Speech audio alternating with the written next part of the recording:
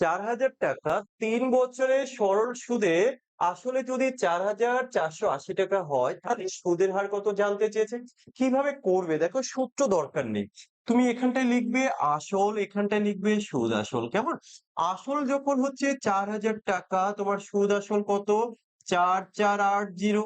আচ্ছা, একটা কাজ করো, আমি যদি একটু ছোট করে নিই, যেমন 400 টাকার জন্য কত হবে? তুমি বলে 448।